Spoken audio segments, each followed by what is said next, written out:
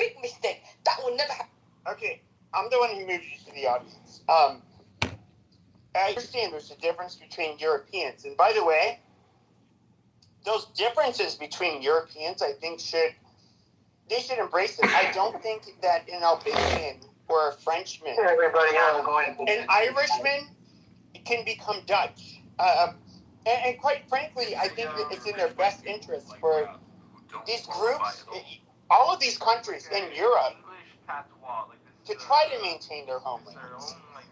Much like the East are, which, by the way, have a higher average mean IQ.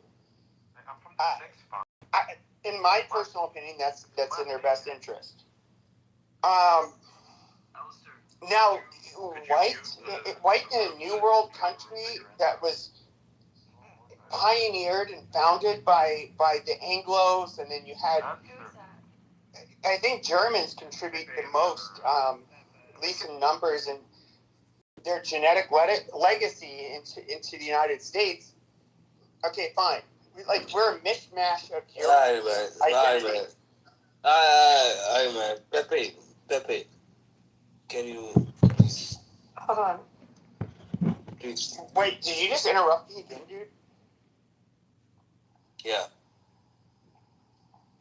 I did do. What the fuck do you have to say then? So I don't give a fuck about you goddamn Tajiks in India. Why are you doing this? All right. So my point to Bill was just, when you hear this shit in the room, so you have to point out to these people that there's repercussions for the shit that they're, because it was the level of incitement almost, and I think you really got to point it out. This was the room yesterday, but I'm sure there's tons of rooms on here. This desire to hurt the Asian community after the Chow case. It's just really disturbing. So anyway, that's my point. Just point out the repercussions on actions. You found my chick. Stop wasting money on ice. That's the funny thing is they don't want to be considered look, right now. Blacks are not abnormal. We're not all criminals. We're not all whatever. But then they want to do a fucking boycott on all Asian business. When you're playing with people that have those kinds of double standards, you don't play their fucking game. These are, I would say that one of the worst problems with the black community in the United States is the sense of ethno-narcissism, where they somehow, and you have to understand, because of our original sin, the United States, enslaving them, treating them as second-class citizens, which we did do all that.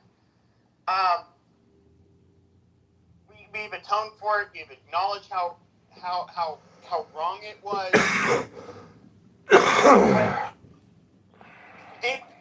Black Americans have, by and large, always been given a free pass to be as racist as they want because of what they went through. So they're the most unreasonable, racist fucking people that you'll ever fucking meet. And it's, at the end of the day, it is white people's fault. We allowed this double standard to occur. But it's, I don't even take these fucking people seriously. I got burned out talking about this shit, several years ago. And I've long come to the realization that any black movement in the United States, despite demographic changes, it's never going to be in fact, it's going to hurt. It's not going to help, but in fact, it's going to hurt any of the ADOs, or they call themselves FBAs today. It's going to hurt their movement. They're going to be less sympathetic. They're going to hold them more accountable. It's fucking sad and pathetic, really. I don't know. These Asians are going to do well no matter what they do. This is true, Pepe. But I don't know the data on some of these stores, the percentage of clientele and the revenue is based on black consumers. I assume some of them are very dependent on black consumers, given the location of some of these retail stores. But then again, this is such a small percentage of Asian Americans here that operate these stores.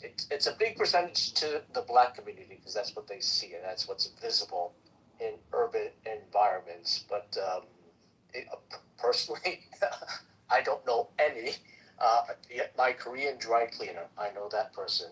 Other than that, some Chinese restaurants that I go to, but are they associates, family members, or friends? Yeah, no. And so I think that, yeah, Abby, you're right about it. Right up on Title VI. The thing is, I think that could be somewhat tolerated, Abby, but it harkens back to the 90s after Rodney King in L.A. Yes, there was a young black girl that was shot and killed by a Korean store owner who she was also acquitted for that killing, which was tragic. But they rampaged throughout Koreatown in L.A. The police didn't come through at all because it was actually, who was Karen Bass wasn't the mayor at the time, but she was some councilwoman. She actually condoned what was happening in the Korean community in Cape Town, and that what gave birth to what is now known as the rooftop Koreans, where these guys had their shotguns and rifles on top of the roofs, protecting their businesses because the police, well, the whole city was aflame, but certainly no police were coming to their rescue, so they had to protect and defend their. That's wild. I area. never knew about the. Yeah, but that's been the rooftop. Did you know that, Pepe? The rooftop Koreans? Yes, no, the rooftop There's a book. Koreans There's has a book been a written meme about on the right for years. Yeah. So when we think of it's almost like a badge of honor. When we think of if you meet an Asian that's right wing, and I get it, not all Asians are the same, but real mayors. you had a group of people that these were highly industrious, hardworking people that were protecting their fucking business, and they literally protected their fucking property with guns. And this is something that I would say that during the riots in 1992, you were not going to see many other communities do this, but the Koreans were pretty stoic, and they were saying, fuck this. This is, nope, I built this business, I'll be damned. And they literally, they had tremendous amount of balls to do this. Well, keep in mind, Pepe, a lot of these gentlemen, if indeed they were immigrants from Korea to the United States, they all spent 2 years in the Korean military. So they knew how to handle a weapon. And so they were not to be fucked around with. So there's a book, there's documentaries about that time in the early, did you say 92, Pepe? After 91 or 92? Yeah, 92. At that time. And it was just about survival. They weren't attacking anybody, but, they were going to protect their businesses because nobody else was, the law enforcement was not coming around. You're not going to see that in other communities, not in a Chinatown, there's no Viet towns or anything like that. So that was unique to them. But that's really the largest Korean population in the United States is in LA. There's a 32nd Street in Midtown Manhattan. There's a bit in Atlanta for sure. But they're dispersed around the country in various places. So we'll see if violence. Will they be calling for violence? I haven't seen anything about violence other than boycotting and calling up restaurants. Well, wait. So tell me if I'm wrong. Yeah, I knew they were calling up ICE. Tell me if I'm wrong on this. Beaver, maybe you know this. Did something happen to Chow's business after the verdict that they attacked the store? Yes, of course they did. He had sold it. He had sold it, Abby. I mean, after They spent started 3 years in jail. They tried to partially burn He it. spent 3 years in jail because the judge did not give him bond as he was awaiting trial. But I believe the family sold the business. No, but it was they attacked it, Bill. Yes, they did. Yes, of course they did. Yes, they did. They tried to set it on Who fire. owns it? I They don't know. partially burned it, and Yeah, I don't know who owns it now. So Maybe a black person owns it. Who knows?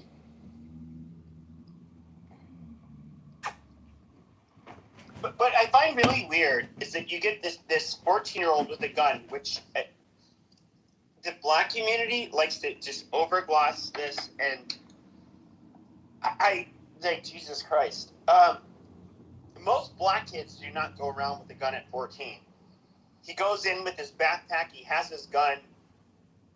At first, it looked. I mean, if I was just to be judging by what I was looking at, I'd be like, I think he might be stealing something.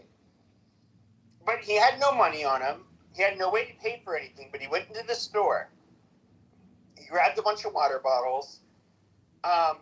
Obviously, I believe it was his son that ended up just like looking, tailing him right behind him. And he puts the water bottles back. Then he starts running. Okay, they misjudged. He didn't actually steal anything. But we have to pretend like this kid was anywhere near the realm of normal. Is this what they want to say? That like black kids are thieving, illegal gun carrying on the Mercury map. at 14 years old? That's Vertical fucking insane. That he was somehow he was a good boy. He was normal. I mean, I'm not buying that.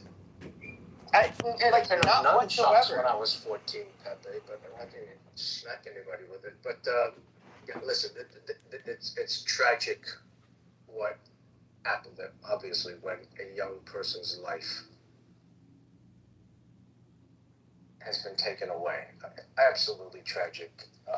It's just that it's such an infrequent occurrence of an Asian person of any ethnicity killing a black person. And so the response is nationwide if they're having this boycott against all Asian. But what is more common? This This is the fucked up part.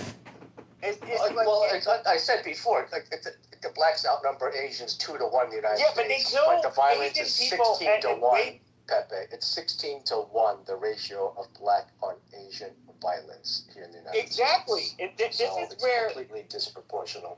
And yet they say, oh my God, they're hunting us down, they're abusing us, they're oppressing us. Okay, well.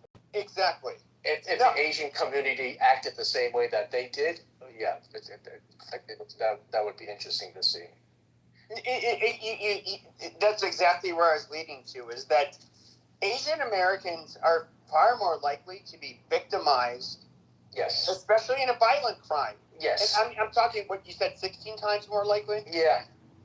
Yeah, it's something crazy. And when it comes to whites, it's between 8 to 11 times. It depends on which year. Yeah. But when it comes to the lives lost, in particular, between the murders committed by whites versus blacks, interracially, black people overwhelmingly kill white people at a much higher rate. And you can look, since 1969, this was as of 4 years ago, white people were responsible for approximately 50,000 deaths, but today we're responsible for 150,000 deaths against us. But then they will say, let's talk about lynching. Yes. Okay, motherfucker, you can come up with 4,000 examples of lynching. Most of them were not black people being lynched. And most of the black people that got lynched was for a legitimate fucking crime. But then the weird thing is that they make themselves such perpetual victims that no matter what black people do that is so obviously violent, criminal, whatever, they deserve some kind of fucking pass. And somehow the white person put them in this place. And, for example, today on Twitter, I was seeing shit Carmelo Anthony didn't have a problem until he met white people. Okay, in other words, this white boy did something wrong and he deserves to die, and you're just suppressing poor little Carmelo once you stab him in the chest. It is bullshit.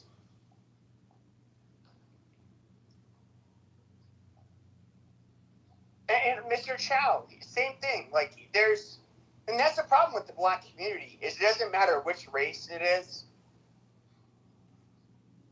When their people are hurt, they need to be found guilty.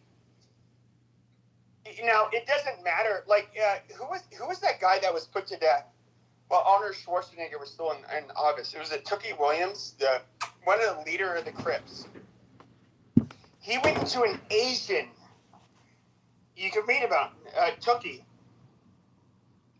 Tookie. Tookie. One of the leaders of the Crips. They called the Crips will call it like Tookie braids. The braids you get in your hair. A lot of Crips will wear. He went into an Asian convenience store, shot the fucking parents, and chased down the fucking kids, and shot them. We're talking about little kids.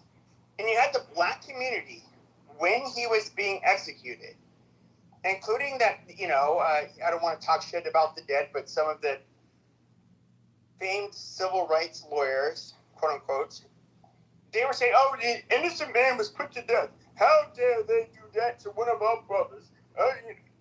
No, like, if you could have, like, a reenactment, like, if you were doing, like, Saving Private Ryan, you could have, like, a movie producer show what he did to these fucking people.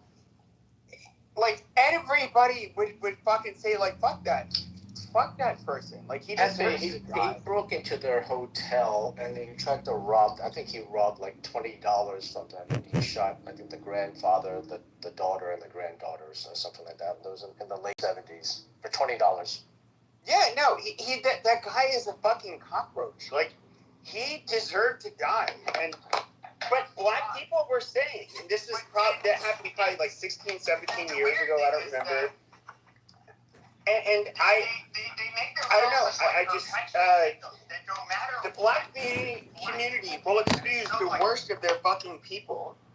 Whereas, like, what's different about, like, whites, for example, is that white people do really bad shit. You don't basically see a white saying, like, yeah, no, fuck that fucker, like, give him life, fucking execute him, whatever. They don't play around. Even when it comes to China. Several years ago, when the Philippines were cracking down on their drug problems, the Philippines, they ended up arresting a bunch of the Chinese people that were part of the different triad gangs, and of course they had to notify China that, like, oh, we arrested these people. This is what they're facing, life or death. Basically the death penalty. And they'd say, like, yeah, that's fine, just go ahead and kill them. China did not give a shit. And I'm kind of the same, like, when it comes to that, I forget who this, Dylan Roof, that little retard that came into a black church, and the black people were so nice to him. They said, oh, come pray with us. And then he shot and killed, like, 9 of them. It's just like, fuck that guy. Just fucking shoot him. Like, one of the leaders of the Crips. I'm not going to be on Team White when a white person does some horrible shit like that. But black people, they don't have that safety valve where they're just kind of going to be like, okay, yeah, that was a little bit egregious. They stick up for each other no matter what they do. And they do the shittiest amongst all of humanity throughout the fucking world. And, we could talk about Muslims where I don't want to get into it, but, when it doesn't involve religion, like, these people do fucking horribly. And for whatever reason, they just want to blame everybody else. You made me think of the story when I forgot about the church situation. Old. When the guy came, Somebody's talking right now, so be quiet. So when why am I forgetting the name of the area in Texas? it was right outside the airport when a synagogue got attacked in Texas. The Arab guy had bought a gun and came in, Colleyville, Texas. He went in and they welcomed him in, and they served him like tea, and they were really nice to him. And he was there while they were praying, and then he pulls a gun on the congregation. The rest ensued that he held them hostage, and it was like 8 hours, 9 hours until they finally. Did he kill him? I remember the FBI shot him. No, the FBI shot him. They were trained. They were trained. The rabbi, the president of the temple, I forget who else was in there, knew exactly what to do. So they used their training, which involved some of it was how they worked with their cell phone. So everything was, they had called into 911 when they realized what was happening. And so police and FBI were already outside the facility for quite some time, but they had plated the glass on their doors and their windows. So, it's interesting just to see where the gunshots were and the penetration of the shots because of plating.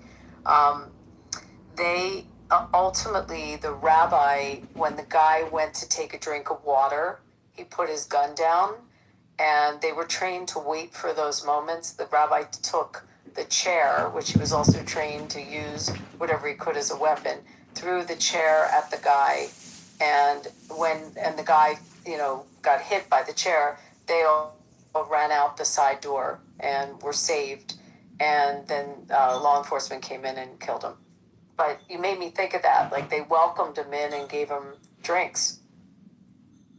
Similar story. Okay, yeah, that was a little bit egregious. They all survived. Yeah, I couldn't picture going into like a church or. They stick up for each other no matter what they do, and like they do the shittiest amongst all of humanity around the fucking world. And, we can talk about Muslims where they. But like I don't want to get into it, but when it doesn't involve religion, like these people do fucking horrible. And it's for whatever reason they just want to blame everybody else. Unconscionable, but there's a special. You made me think of the story when I forgot about the church situation. When the guy came into the synagogue in Michigan last month. So when he came within 3 feet why am I forgetting the name of the area in Texas? Preschoolers. 3 feet of them. It was right outside the airport. Had he When a synagogue got penetrated attacked into the Texas, area where they the were, Arab guy had he bought a would gun have and been came the in. worst, incident on U.S. soil for children, like probably in our history. It was just unbelievable how close he came. But that was also the people were trained, the staff was trained, the security guard, everyone knew what to do. I look at that guy a little bit different though. Like, didn't he was a Hezbollah guy who lost family to Hezbollah. But he was Hezbollah. He was also Hezbollah. Yeah, no. I get that, but he lost family that was Hezbollah, and I'm trying to be as impartial as I can. Like, look, if those kids were killed, I could not imagine the heartbreak. It just, that would be so fucking horrible. No justification for it, and they found No, a car. No. I'm not saying. You already bought in explosives. Where how much explosives they found? Yeah, I'm not making a justification for it whatsoever, but yes, you are. Obviously, he had a grievance with Israel, and he wanted to take it out on what I'm guessing is probably going to be a largely liberal group of Jews who, or at least their kids that were in daycare. Absolutely, just I would never stand by it. 3 to 5 year olds, 120. 3 to 5 year olds. Yeah, it'd be horrible. I'm 3 blocks from Beacon Street in Brookline. I can't pronounce Ohabe Temple. It's the largest synagogue in Brookline, and every Shabbat afternoon. It's not military. There's police out on the sidewalk there, and I'm not aware of any incidents that have happened. But as you know, in Brookline, we've got about 24 synagogues. But the largest one, there's always security outside. I know there's incidents that have the happened. door, and I know there have been, and I've seen, certain individuals, but I'm not aware of any like significant violence or murders. There's bomb scares that have come I'm in. sure there are. In Absolutely. Newton Center and Brookline. Absolutely. Yeah, there definitely have. Newton Center, I see. Well, Israel triumphed. But so it's always sad to see. They look like, do they have, they've gone, in front of mine, they look like SWAT members. The police. Yeah. Yeah, absolutely. Absolutely. Sad. Very sad. And how do you go into a house of worship walking by security? Kids today don't know any other way. They've never gone to temple without it. It's better to have them. Oh, for sure, Pepe. I understand what you're saying, yeah, but obviously, just from the Jews I've talked to on this app, it sounds like they train, they teach each other about firearm safety and carrying firearms and using them in a synagogue. So, I'm pretty sure a lot of these people they have a lot of guns. People are synagogues. But you're probably not a soft target. And I think about it. Nobody really. I look at that guy a little bit different though. Didn't he was a Hezbollah guy. You might No, but he was Hezbollah. He was also Hezbollah. No, I get that. But he lost family that was Hezbollah. I haven't been to church. I'm trying to forever. be as impartial as I can. Look, don't say that out loud. if those kids were killed, I could not imagine the heartbreak. That would be so fucking. No justification for it, and they found No. Let's they already bought in explosives. How much explosives they found? Yeah, I'm not making a justification for it whatsoever. I vaguely remember. Yes, you are. But when obviously he had a grievance with Israel and he wanted to take it out on. But I'm guessing it's probably going to be a largely liberal group of Jews who, or at least their kids that were in daycare. Absolutely horrific. I would never stand by it. But other than that, I feel like 3 to 5-year-olds doesn't really. 128. They tend not to be We're not like the Jews. We just I'm 3 blocks from. I just learned this. So the system we have with plate readers, I can't pronounce most of our synagogues in our schools, the Archdiocese just installed them. I just learned this 2 days ago here. I thought this was happening because I knew the person involved with it, and these plate readers read right into our Metropolitan Police Department. As you know, in But now Brookline, the we've got Archdiocese 24 put it in some of synagogues, the but bigger the largest Catholic one, there's always I don't know if security they have them in outside. the There's churches as incidents well, that but have they're Yeah, so I they're know there have actually, been, and I've seen they've had, they're fearful. certain And individuals, the but I'm same not aware money of that any we like can access significant federally, violence or they murders access There's as well. bomb scares. Protect the House of Yeah, I'm sure there are. And that's what that Newton Sacred Center Act that's in Congress right now.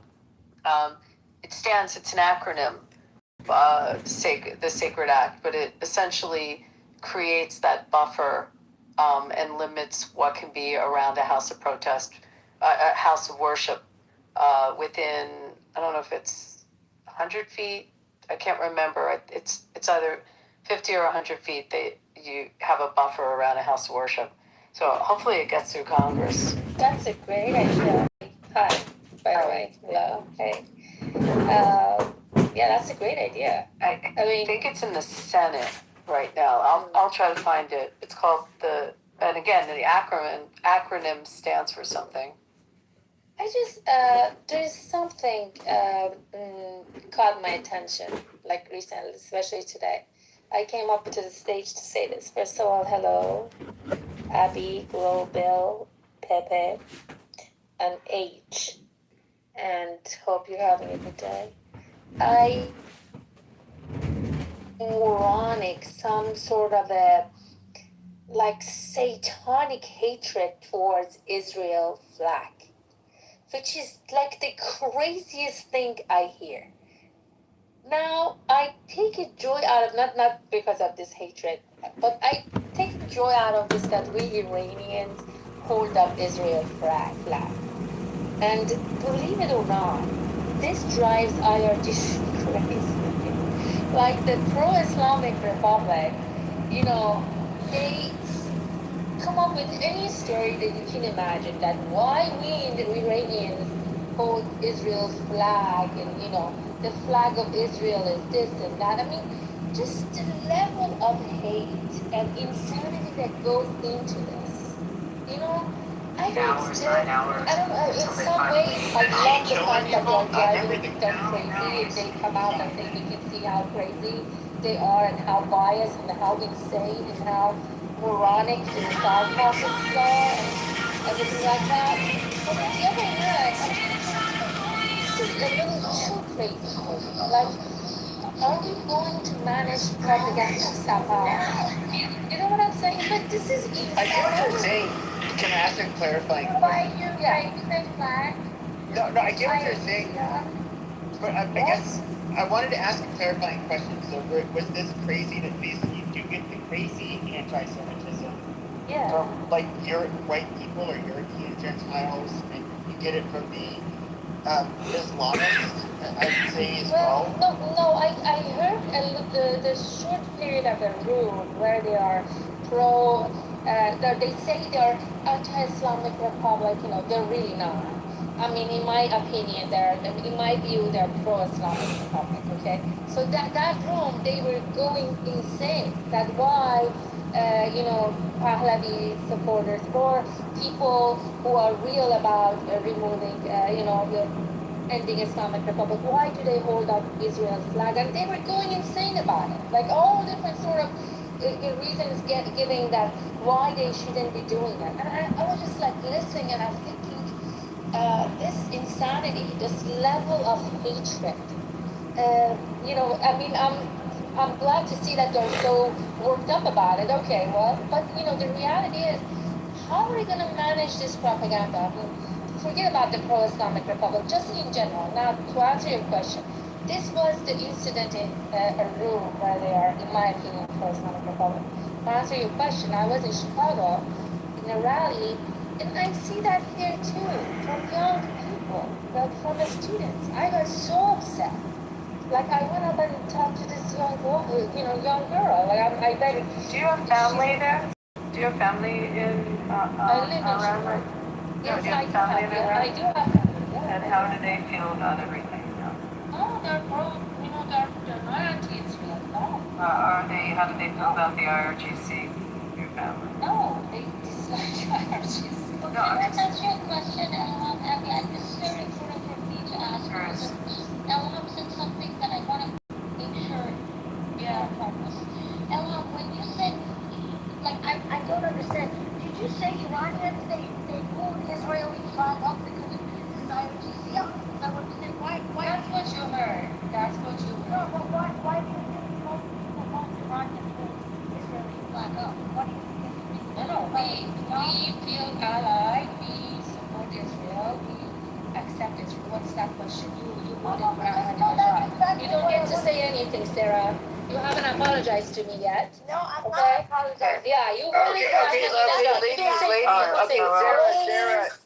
Sarah, ladies, I understand, like, it's part of the Persian diaspora, you guys had some disagreements. We don't need to do this here. No, that's fine, but Pepper, the only thing that I talk about is if we wanted to piss IRGC off, you know what we would do? We would burn Quran. That's what I've done. That's what I've done. And many of us have done. Listen, you've told me don't say Islam is the reason they killed people. Like, I don't trust you, Ilham. I'll say it in your face. I'm not one of those people who talk behind people's back. It is recorded. It was your own house, your own room. We had a fight, you and I, and it was over what? It was over you telling me I should not blame Islam for IRGC killing people, where everything they did, the 40,000 people they killed, all that order and all these execution orders and killing Israelis and wanting to wipe Israel off the map, it is all Sarah, I put the link in the chat. Okay, guys. I think you should. I put the link in the chat. sometimes we should wonder if our actions will talk a lot louder from our words. Okay. This is what I posted 2 days ago. Okay. I want to go back to something. You guys are largely on the same team. Let's not do this. Right. You're on I the mean, same I don't team. get it. Like, Okay, let me just go back to this. I want to read it to you. So the Sacred Act is safeguarding access to congregations and religious establishments from Disruption Act. That's what the acronym is. It's bipartisan federal legislation. It creates 100-foot safe access buffer zone around places of worship.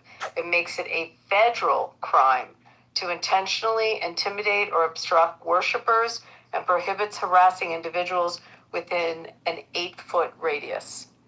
So all the shit that's happening in New York, all those videos we're seeing, as you have all these people disrupting and stopping people from entering their temples and going in their places of worship, all of it will be a federal crime. Madani has opposed that. Oh, he's really trying. I know, Madani. So this was to be state law in New York, and he vetoed it when it passed in New York. So this is the feds basically saying to Madani, fuck you, we're going to make this federal law. And it's bipartisan getting introduced. We'll see. There are some constitutional issues with the rights of the sidewalk, the rights assembly and the public sidewalk issues. So it will go through those challenges, but let's see if this comes into fruition. I mean, it would, I don't know if it'll solve the problem, but it will, the shit that Don Lemon just did, it would stop that. It would make it a federal crime. Tell me what but you don't see, you think Fester. like there should be some grand plan for like managing this propaganda? Why is like so much hating going on? I mean, of course we know, deeper but issue. Well, But right now we have to do what we can to safeguard. And that's also why there's a push in Congress, bipartisan, to increase the funding for at-risk houses of worship for security so that they can put cameras up and plate their glass and train everyone what to do with active shooters and make sure that there's guards in front. I mean, that's right now it's prophylactic. I mean, we have to do it. To get to the root of the problem is a whole other conversation. And you're right. I mean, you got to root it out. But right now, everyone's kind of in emergency mode to protect. Anyway, that's what's in Congress right now. I just think like in the higher school zone. I understand this is good though. This is what you're doing. It's a, contingent. Like right now, this is an urgent plan. That's great, and I think it is helpful. But I'm just saying, greater plan. I'm just in awe when I see these high school students. And it's just I get blindsided. Like, how did this actually? Why are we? I don't know how or where about to start to correct this. But there's. You mean what happened in San Diego with the 2 kids that shot up the mosque? Oh, well, I didn't even hear about that. No. I'm just thinking like, in the protests I go to, right? And then I see these young, mostly female. Like, I don't want to profile people, but I look at details sometimes. And I'm thinking, what is it going to your head that you've got so much hatred and bias? Like, what is going to your head? And I don't know, this is my question. The teachers that are given free reign and the amount of money that is influenced into K through 12 right now, in the teachers' unions and what the latitude that those unions have had, and what these teachers are able to bring into the classroom. That there's just not guardrails that there used to be, and the lack of those boundaries and guardrails is what's infiltrating our K through 12. And as they start to look at who's behind it and who's behind the funding into pushing these narratives, a lot of this just came out. It tracks back up to people like Roy Singham, and it's like $58 million into some of these NGOs that are pushing these narratives. So I mean, people have been doing their homework, trying to figure out why it's happening, just as you're asking, like get to the root of it. So that's part of what you have to do. The other part is you have to protect, because the reality is that it's infected, and the infection is it's just very dangerous what's happened. Abby, that Roy Singham, he's moved to, he made billions. I don't know how he made this billions. Billions, right? Not, yeah. Do you know where he lives? I thought Shanghai. That's what I heard. Indeed. He is funding all sorts of, we call them Wu Maos. He's a Wu Mao. He is a spokesperson for the Chinese Communist Party. And he's funding all sorts of shit that's here in the United States. That's disruptive. Yeah, it's basically, he's an arm of the Chinese Communist Party. I'll tell you what's interesting. I just read this today. I got to remember the context, but it was news articles that, I mean, it was stuff that's being published, and they're quoting, or they're saying they're funded by it's something, I hope I say this right, the Pulitzer Fund. And someone did a deep dive, because the word Pulitzer, you think, right? The credibility. But when they pulled who the Pulitzer Fund is, it tracked like 3 levels back directly to him and the funding. Like it's an NGO that is tied in with another NGO that's all part of that system. But they're using terms like that, and it throws people off. They think there's ultimate, there's credibility when they see that word. Absolutely. Let's see if I can find the article. But to answer your question, why the anti-Israel hate, Abby's absolutely right. It's the education system that's been very, very extreme leftist, quite frankly. I mean, it comes from both sides, extreme right and extreme left, but universities and school teachers have historically been left-leaning progressives. Bill, what was the question? I don't mean to interrupt. I can't pronounce the lady's name. Why has the Israeli flag and Israel just become such the flashpoint for Target. especially Yeah, young target. females? Yeah. Well, it's funny because a lot of these young high school girls, they couldn't fucking locate Israel on a map.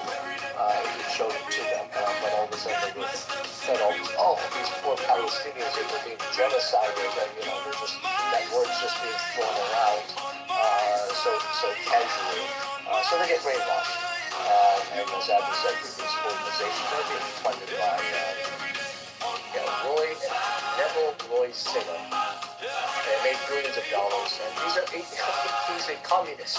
He's a communist, and he lives in Shanghai, and he's a mouthpiece for the CCP, the Chinese Communist Party. I found the article. I'll just tell you, and it's a long read, but essentially it was an article in the Times, and this is all the crap going on about the spying. Mm-hmm. And so the Times was quoting the 6,000 word Times project discloses online faint type at the bottom. The project was produced in partnership with the Pulitzer Center, and the project was P-U-L? Yeah, same way, Pultzer Center. No, but when you search what the Pulitzer Center is, and it also names, it appears vaguely reputable, similar to saying if something's affiliated with Columbia University journalism. But when you look at what this Pulitzer Center is, it's a far-left nonprofit whose activities include the 1619 Project curriculum aimed at bringing into classrooms in New York to reframe U.S. history by marking the year when the first enslaved Africans arrived on Virginia soil as the nation's foundational date. So to change our narrative, our historical narrative in the schools. Its funders include left-leaning foundations such as the tech billionaire